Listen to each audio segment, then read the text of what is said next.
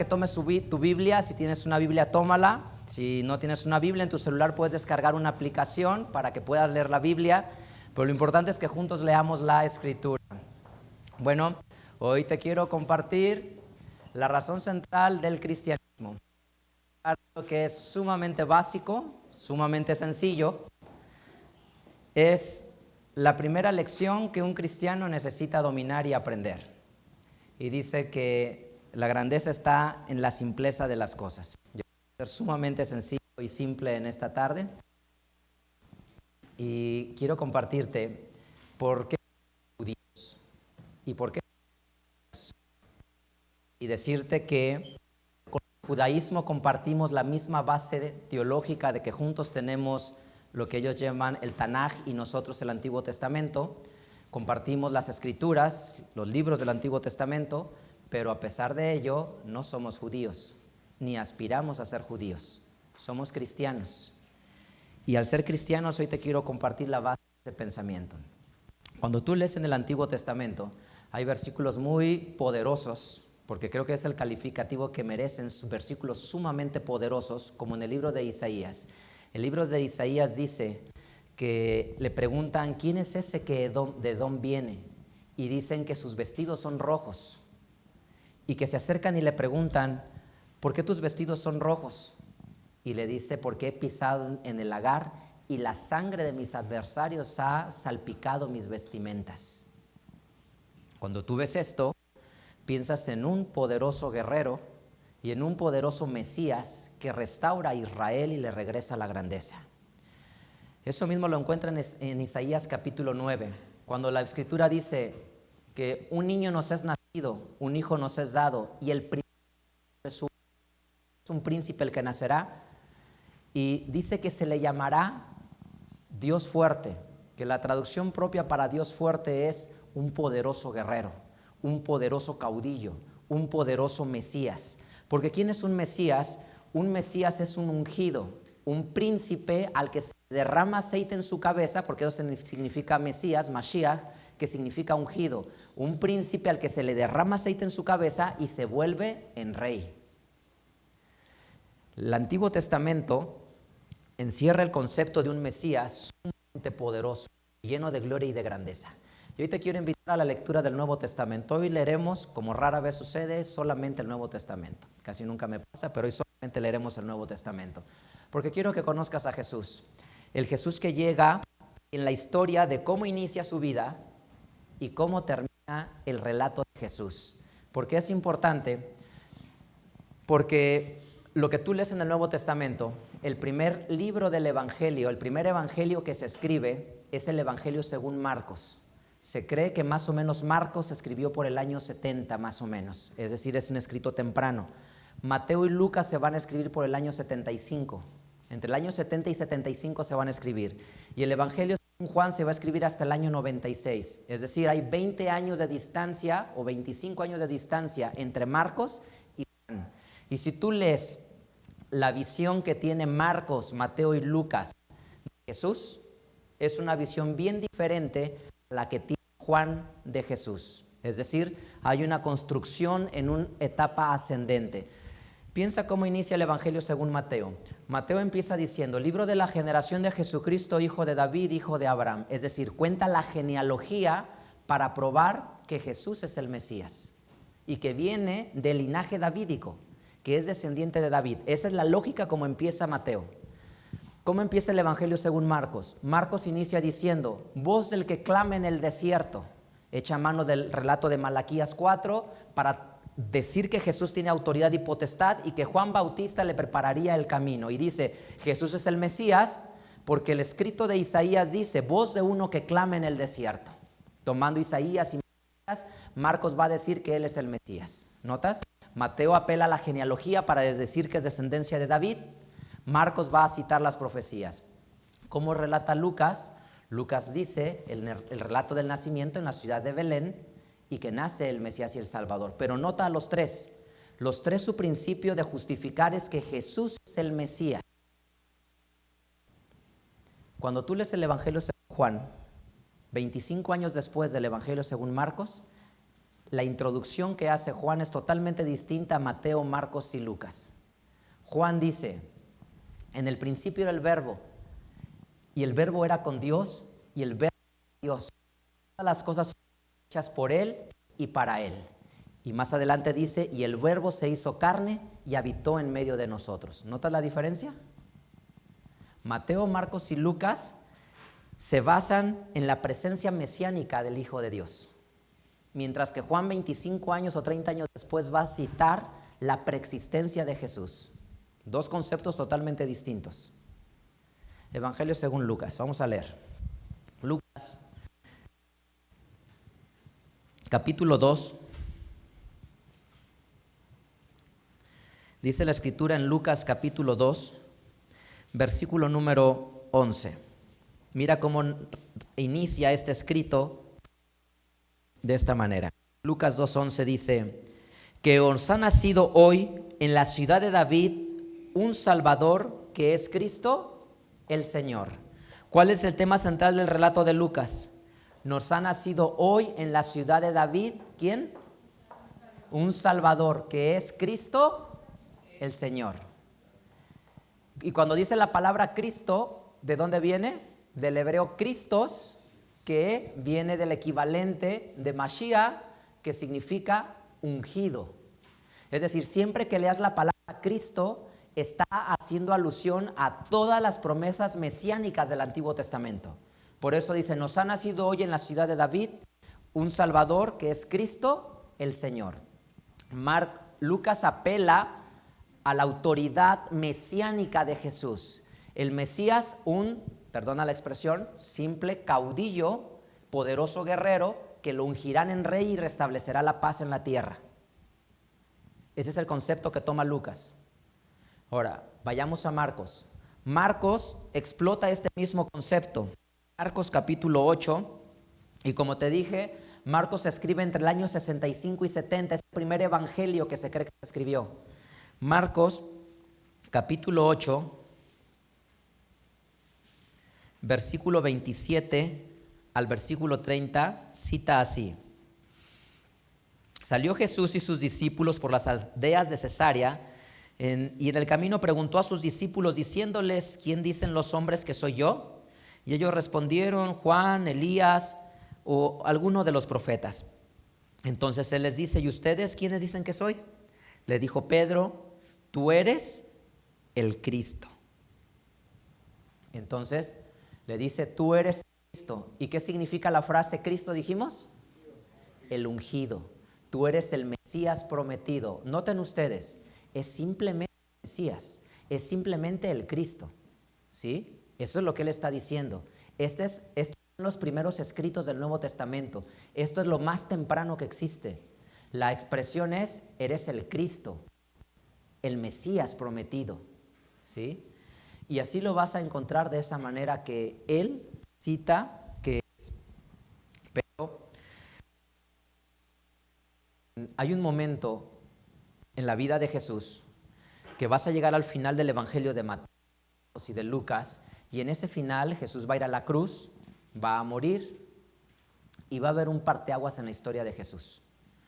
En la historia de Jesús hay un parteaguas al momento de la resurrección. Cuando se acaba el diálogo en Mateo, Marcos y Lucas de la muerte de Jesús, y Jesús resucita y la tumba está vacía y ha vencido a la muerte, entonces toma una posición diferente a la que tenía en los escritos tempranos de Mateo, Marcos y Lucas. Deja de ser el Mesías ungido prometido, y cuando resucita y la tumba está vacía, se va a convertir en otro concepto Jesús. Hechos de los Apóstoles, miren cómo lo van a describir ahora. Hechos capítulo 2. Noten ahora en la predicación que va a dar Pedro cómo cambian las cosas. Hechos 2, versículo 31. Por una razón, porque ha vencido a la muerte, porque ha dejado la tumba vacía, porque ha resucitado. Hechos 2, 31. Viéndolos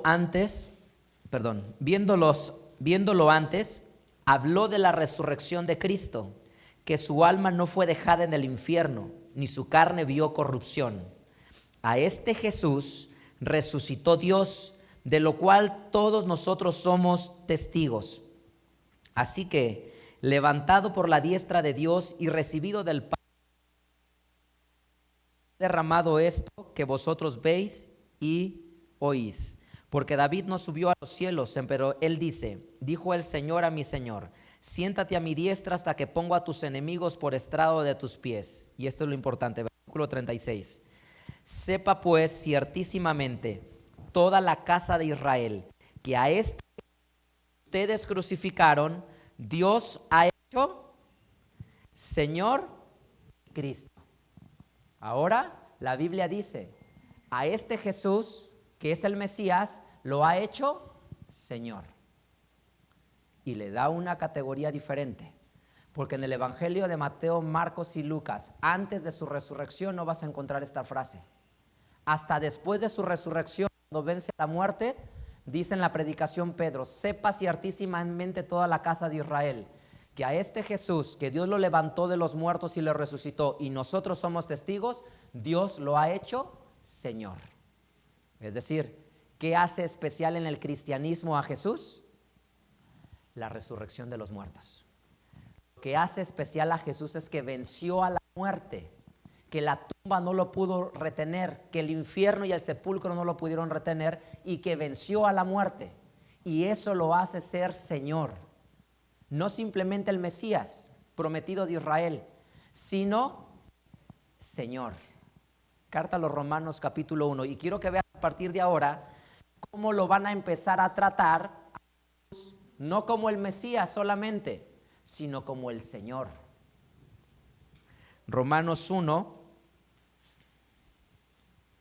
versículo 3 al 4. Romanos 1, versículo 3 al 4 dice, su hijo, que fue hecho de la simiente de David según la descendencia, el cual fue declarado hijo de Dios con poder, fíjense, fue declarado hijo de Dios con poder por la resurrección de los muertos.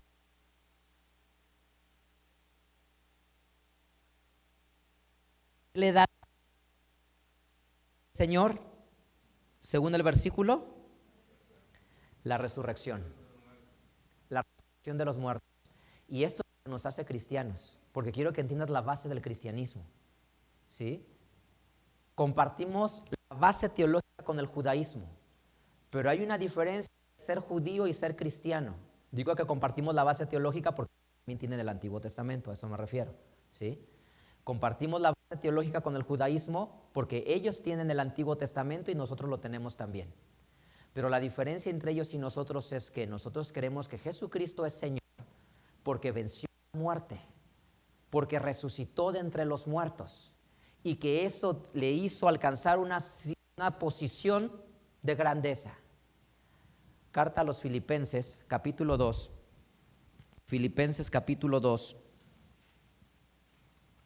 Parece fácil decirlo, pero quiero que veas el concepto que está aquí escrito. Filipenses 2, versículos 5 al 11. Haya pues en ustedes este sentir que hubo también en Cristo Jesús, el cual siendo en forma de Dios, no tuvo por usurpación ser igual a Dios. Fíjate, no tuvo por usurpación ser igual a Dios. Sin embargo, es decir, siendo hijo de Dios, eligió escuchar el llamado de su Padre, versículo 7, y tomando forma de siervo, hecho semejante a los hombres, y hallado en la condición como hombre, se humilló a sí mismo. Le ensalzó a lo sumo y le dio un nombre que es sobre todo nombre. Vuelvo a leer el 9. Por esa obediencia dice, por lo cual Dios también lo sumo y le dio un nombre que es sobre todo nombre, para que en el nombre de Jesús se doble toda rodilla de los que están en los cielos y los de la tierra y los de debajo de la tierra. y que toda lengua confiese que Jesucristo es el Señor, a la gloria de Dios Padre. Y el versículo es que toda lengua confiese que Jesús es el Señor, a la gloria del Dios Padre. Lo que la Biblia exalta en el cristianismo es: el Hijo de Dios fue obediente y por esa obediencia Dios lo exaltó y le dio un lugar de privilegio y una posición honorable para que confiese que Jesucristo es el Señor. Así dice literalmente el versículo. Y en el nombre de Jesús doble toda rodilla. Y eso es lo que nos hace cristianos, que creemos en un Mesías que vino, que se despojó de su divinidad en los cielos, de su naturaleza en los cielos, y descendió a la tierra y nació de una mujer para, como humano, ser obediente a su Padre absolutamente en todo. Y en esa obediencia que tiene a su Padre, morir y que su Padre lo resucitara de entre los muertos. Y por haberlo resucitado el Padre, toda la teología del Nuevo Testamento lo exalta y le dice: Él es el Señor. Porque el Padre lo ha resucitado, porque ha vencido al infierno, al sepulcro y a la muerte. Y por eso lo exalta a una posición especial. Y eso es lo que nos hace cristianos. Creer que Jesucristo es el Señor, a la gloria de Dios Padre, y que no hay otro nombre dado a los hombres en que puedan ser salvos, y que en el nombre de Jesús se doble toda rodilla, porque esa es la base de la teología del cristianismo. Carta a los Romanos, capítulo 14. Romanos capítulo 14, versículo 9.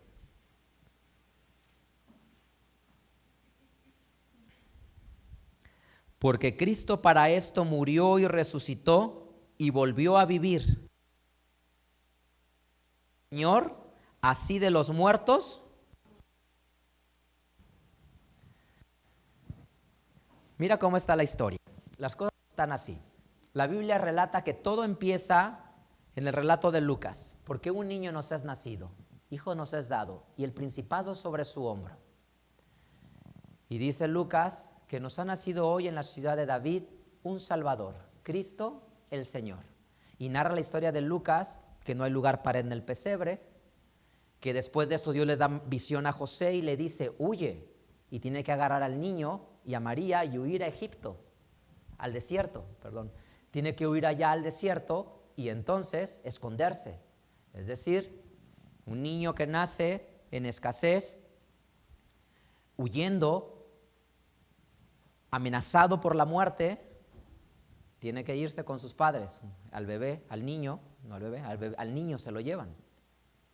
Y después va a regresar, y cuando regresa, la Biblia relata ya, bueno, me voy a saltar la parte cuando se les pierde, cuando regresan, vienen de Pesaj y se les pierde, y está con los maestros debatiendo, pero cuando ya aparece en la escena como adulto, aparece humilde, sencillo, sometido, porque llega y va con Juan el Bautista y le dice: bautízame.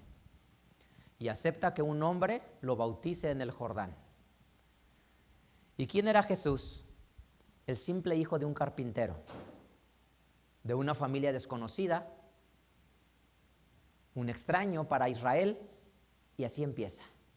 Y el relato empieza que va y encuentra a unos hombres ahí echando la red a la mar y les dice: vengan y los haré pescadores de hombres. Y empieza a llamar a otro hombre y a otro hombre y a otro hombre, y dice la Biblia que encuentra a 12 discípulos. Y entonces esos 12 discípulos, empieza Jesús con 12 personas. Después de tener 12 personas, Jesús empieza a predicar el evangelio. Es decir, empieza a predicar que ha llegado el Mesías, la salvación, que es tiempo de que los ciegos vean, que es tiempo que los cojos anden, que los muertos resuciten, que es tiempo que venga la salvación para la humanidad. Y entonces personas que tienen contacto con Jesús empiezan a ser transformadas y se empieza a contar: hay un hombre que hace milagros, hay un hombre que camina sobre las aguas, hay un hombre que saca millones de peces de la mar, hay un hombre que levanta muertos, y que se dice que allá a la hija del sacerdote sanó, y allá a Lázaro sanó, resucitó y que hacía milagros por todos lados. Pero del que empezó ese niño, que tuvieron que huir por seguridad y que empieza con 12 personas, empieza a crecer su fama. Y me fascina el versículo cuando la Biblia dice que Jesús afinó su rostro para ir hacia Jerusalén porque sabía que la hora de su muerte había llegado. Y entonces va a Jerusalén para enfrentar la muerte. Muere en la cruz y al tercer día resucita de entre los muertos. Van a buscarlo a la tumba y la tumba está vacía. Y la gente va a testificar y se dan cuenta que la tumba está vacía. Y entonces el relato de Jesús, de aquel niño que tuvieron que huir al desierto, ahora se convierte en que Jesucristo es el Señor. Pasando del relato de un hombre que por el poder de su padre fue capaz de vencer la muerte y al que tenía el poder y la potestad. Es decir, de ser un desconocido y un extraño cuando nace, para la multitud quiero decir, porque los sabios de Oriente adivinaron quién era, de ser un desconocido, se va a convertir en lo que dice Apocalipsis capítulo 5. Lee conmigo Apocalipsis 5. Apocalipsis capítulo 5 se va a convertir en esto. Es decir, aquel Mesías prometido que nace se va a convertir en esto. Apocalipsis 5, voy a leer todo el capítulo. Dice así: y vi en la mano derecha del que estaba sentado sobre el trono un libro escrito de dentro y de fuera, sellado con 7 sellos.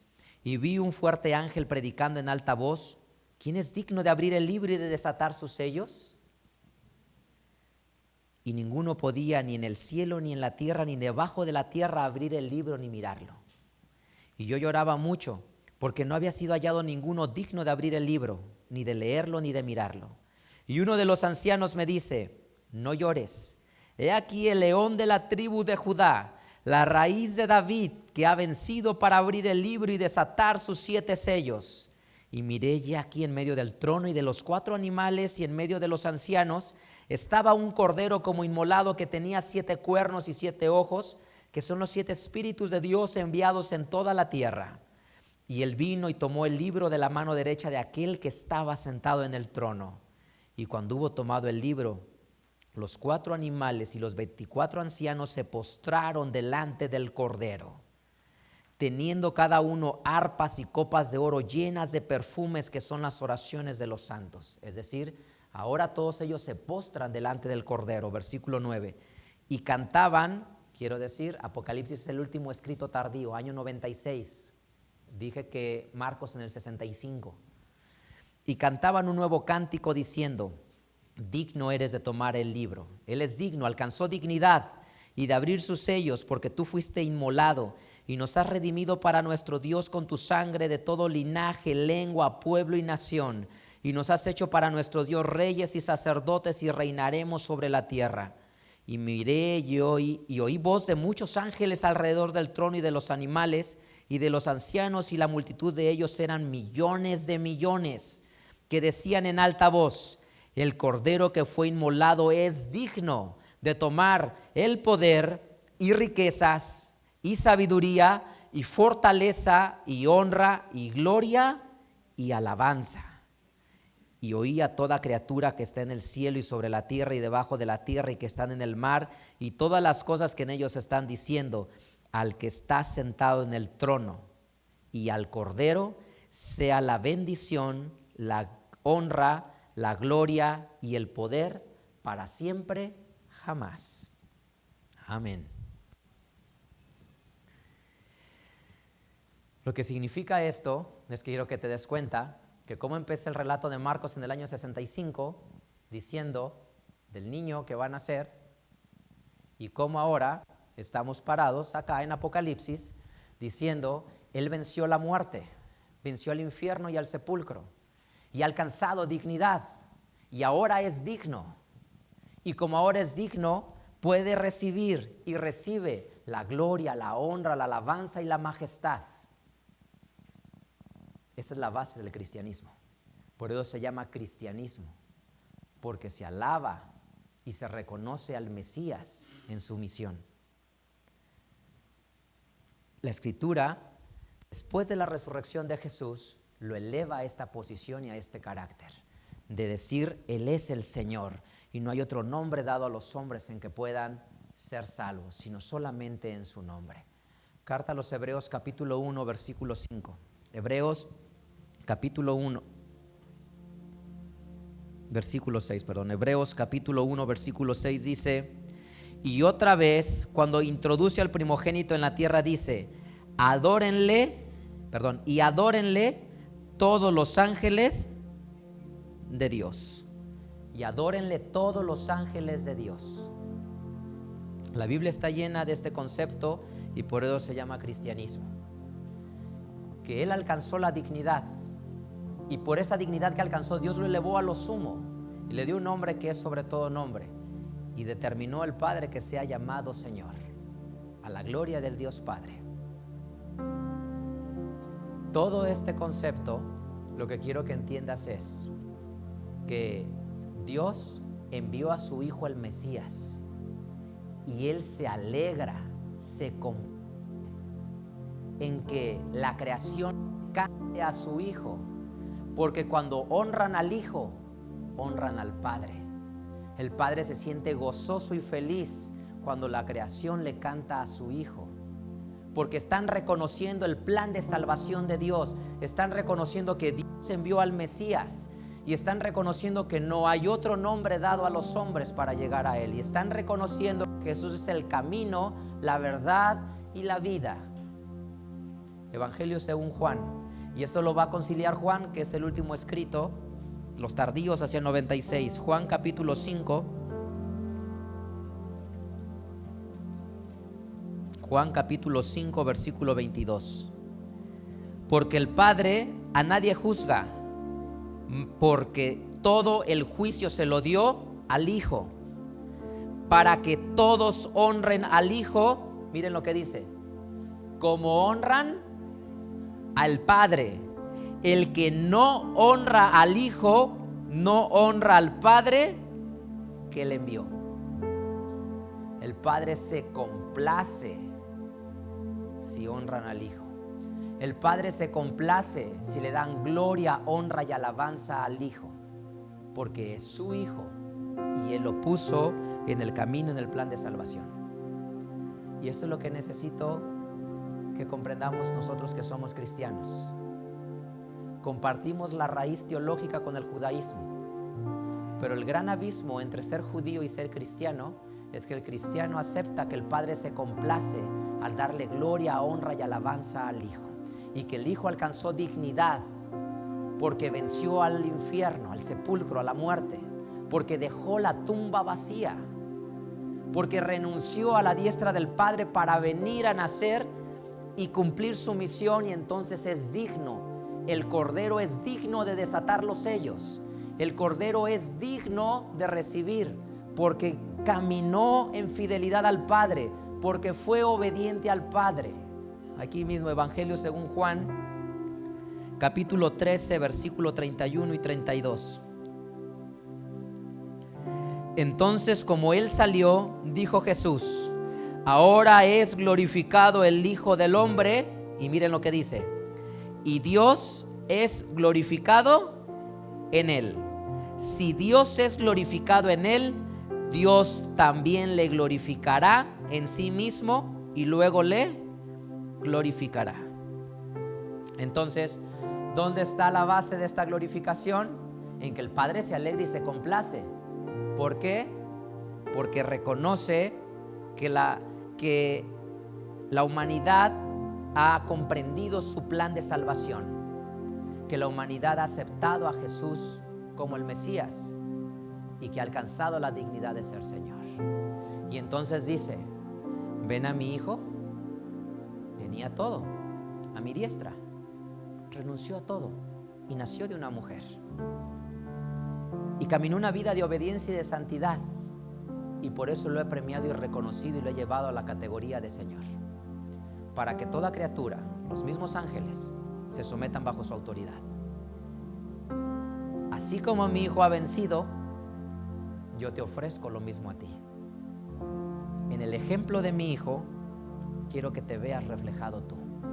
Que así como a mi hijo lo he exaltado, así te exaltaré a ti, porque eres el ejemplo viviente que te doy. Hechos capítulo 4. Hechos capítulo 4, versículo número 12. Y en ningún otro hay salvación, porque no hay otro nombre debajo del cielo dado a los hombres en que podamos ser salvos. Ya que estamos en Hechos capítulo 16, lo voy a contar, te lo sabes de memoria, nomás voy a leer un versículo. Hechos capítulo 16, versículo número 30 y 31. Y sacándolos fuera les dice: señores, ¿qué es necesario que yo haga para ser salvo? Y ellos dijeron: cree en el Señor Jesucristo y serás salvo tú y tu casa. ¿Qué es lo que necesitas para ser salvo? Solo una cosa: confiesa que Jesús es el Hijo de Dios. Confiesa que Dios lo exaltó a lo sumo y que le dio un nombre que es sobre todo nombre. Que Jesús levantó muertos, que Jesús sí caminó sobre el agua, que Jesús regresó la vista a los ciegos, que hizo andar a los paralíticos, que le dio propósito a la vida de la mujer adúltera, que le enseñó a encontrar un camino a la mujer samaritana, que sanó a la mujer sirofenicia de su flujo que estaba enferma, que tiene el poder de hacer milagros, que la muerte no lo puede retener y que la tumba vacía es el testimonio más poderoso que es el Hijo de Dios. Cree en el Señor Jesús y serás salvo tú y toda tu casa. Solo eso necesitas. Dice la Escritura, carta a los Romanos, capítulo 10, Romanos 10, versículo 9 y 10. Dice la Escritura: que si confesares con tu boca al Señor Jesús, escucha, que si confesares con tu boca al Señor Jesús y creyeres en tu corazón que Dios le levantó de los muertos, serás salvo. Porque con el corazón se cree para justicia, mas con la boca se hace confesión para salud. Entonces, que si confesares con tu boca que Dios lo levantó de los muertos y lo elevó a la categoría de Señor. Esta es la base del cristianismo. Esto nos hace cristianos y esto nos distingue de nuestros hermanos judíos, de nuestros amados hermanos judíos. La base de Jesús, que Dios lo levantó y lo exaltó y le dio un nombre que es sobre todo nombre. Imagina esto. Muchas personas se preguntan: ¿habrá existido Jesús o habrá resucitado Jesús? ¿Por qué 12 personas, los 12 apóstoles o 120 personas dieron su vida aferrándose a una historia que la tumba estaba vacía? ¿Por qué 12 discípulos amenazados de muerte, golpeados, azotados y que murieron? Porque solo con excepción de Juan, los 11 demás murieron martirizados, quemados, crucificados, descuartizados, porque alguien aceptaría la muerte por algo que es mentira. Porque ellos dicen: vimos la tumba que estaba vacía y vimos que nos apareció Jesús y vi que levantó muertos y yo lo vi caminar sobre el agua y yo lo vi cómo restauró la vida de las personas y cómo los ciegos volvían a oír y los ciegos volvían a ver y los sordos volvían a escuchar, y nosotros lo vimos y por eso creemos que Él es el Señor. Pero la base del cristianismo no termina ahí. Somos cristianos porque creemos en el poder de Jesús que Dios le ha dado, y entonces creo en el nombre de Jesús, que si Dios lo levantó de los muertos y dejó la tumba vacía, Dios tiene el poder de restaurar mi vida. Creo que si Dios tuvo el poder a través de Jesús de sanar enfermos, hoy puede sanarnos de nuestras enfermedades. Creo que si Jesús tuvo el poder de darle esperanza a las personas que no tenían esperanza, creo que Jesús puede darle esperanza a mi vida. Eso significa ser cristiano. Que el que acepta el nombre de Jesús, acepta que en su nombre hay poder, en su nombre hay victoria, en su nombre es vencedor. Y no se vuelve el cristianismo una religión llena de fanatismo, sino se vuelve una esperanza viva espiritual, donde somos transformados en nuestro corazón, donde abrazamos a Jesús desde lo más profundo. Y por eso la promesa para los creyentes es esta: aceptar a Jesús significa Romanos capítulo 8 versículo 37. Romanos capítulo 8 versículo 37. Esta es la base del cristianismo. Si has aceptado a Jesús, entonces antes en todas estas cosas hacemos más que, ¿qué dice la escritura? Más que vencer por medio de aquel que nos amó. ¿Quién nos hace vencedores? Jesús. Primera los Corintios 15:57. Primera los Corintios 15:57. Dice la escritura: mas a Dios gracias, que nos da la victoria por el Señor nuestro Jesucristo. Que nos da la victoria por el Señor Dios nuestro Jesucristo. Por el Señor nuestro Jesucristo. Primera de Juan capítulo 5. Primera de Juan capítulo 5, versículo número 4 y versículo 5. Primera de Juan 5, versículo 4 y 5. Dice la escritura, escucha esto con mucha atención porque es algo que tienes que grabar en tu corazón. Porque todo aquello que es nacido de Dios vence al mundo. Y esta es la victoria que vence al mundo. ¿Qué es lo que vence al mundo? Nuestra esperanza, nuestra fe, que la tumba quedó vacía porque Jesús venció al infierno y al sepulcro. ¿Quién es el que vence al mundo? Sino el que cree que Jesús es el Hijo de Dios. Y esta es nuestra victoria. Esto es lo que nos da poder y esto es lo que nos hace cristianos.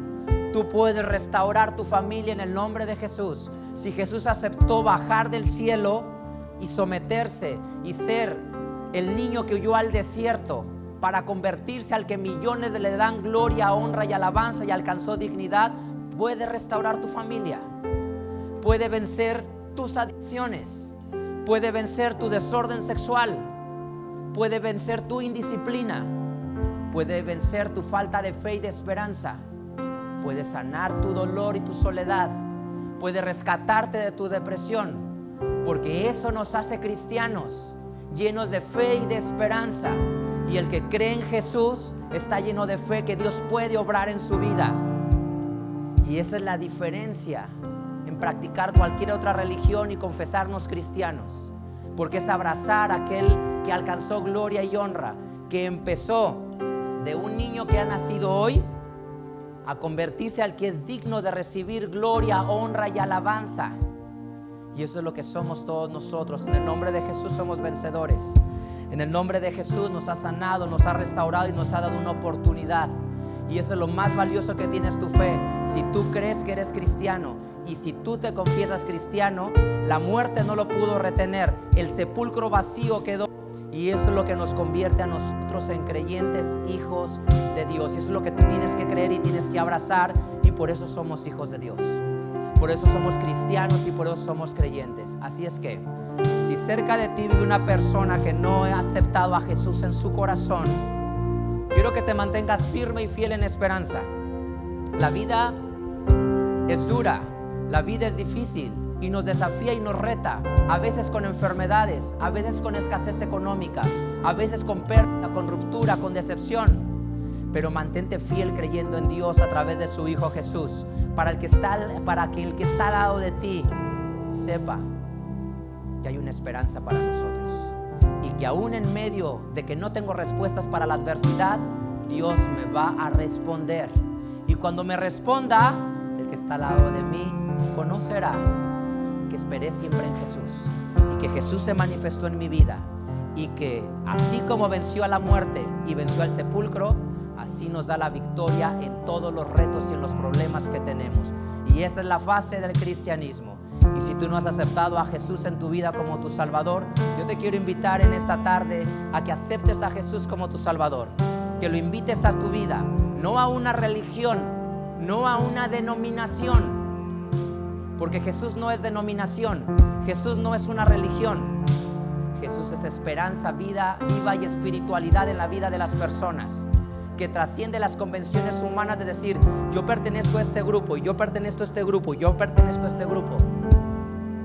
Nosotros pertenecemos a Jesús y somos sus discípulos. Si no has aceptado a Jesús, yo te quiero invitar que aceptes a Jesús como tu Salvador y digas como le dijeron a este hombre: si confesares con tu boca que Jesús es el Salvador, entonces tú también serás salvo. Que el Dios de Israel te bendiga hoy y siempre. Vamos a cantar y a darle gloria.